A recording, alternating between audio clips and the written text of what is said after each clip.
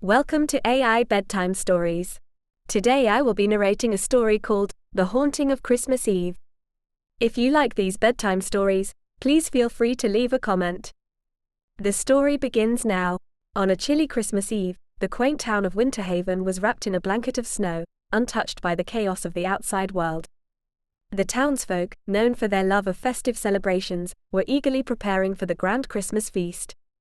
But amidst the joy and laughter, an eerie legend loomed over Winterhaven, the legend of Old Man Kringle's mansion. Decades ago, Old Man Kringle was the heart of Christmas in Winterhaven. His mansion, perched atop a hill, was a beacon of light and joy. But one fateful Christmas Eve, a tragedy struck. A fire engulfed the mansion, leaving nothing but ashes and whispers of Kringle's wrath. Since then, it was said that every Christmas Eve, the ghost of Old Man Kringle roamed, seeking vengeance.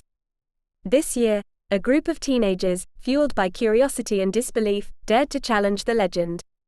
They planned to spend the night in the ruins of Kringle's mansion. As night fell, the air grew colder, and an unsettling silence enveloped them. Inside the mansion, they found remnants of Christmas past, charred ornaments, a half-melted candle, and a singed portrait of Old Man Kringle. The atmosphere was heavy, charged with unspoken dread.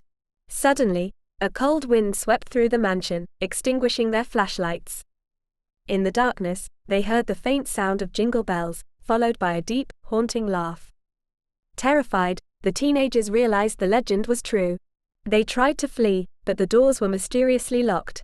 The mansion seemed alive, its walls echoing with the sounds of Christmas carols sung in a ghostly tune.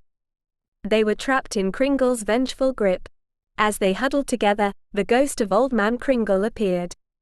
He was a spectral figure, his eyes burning with a fiery rage.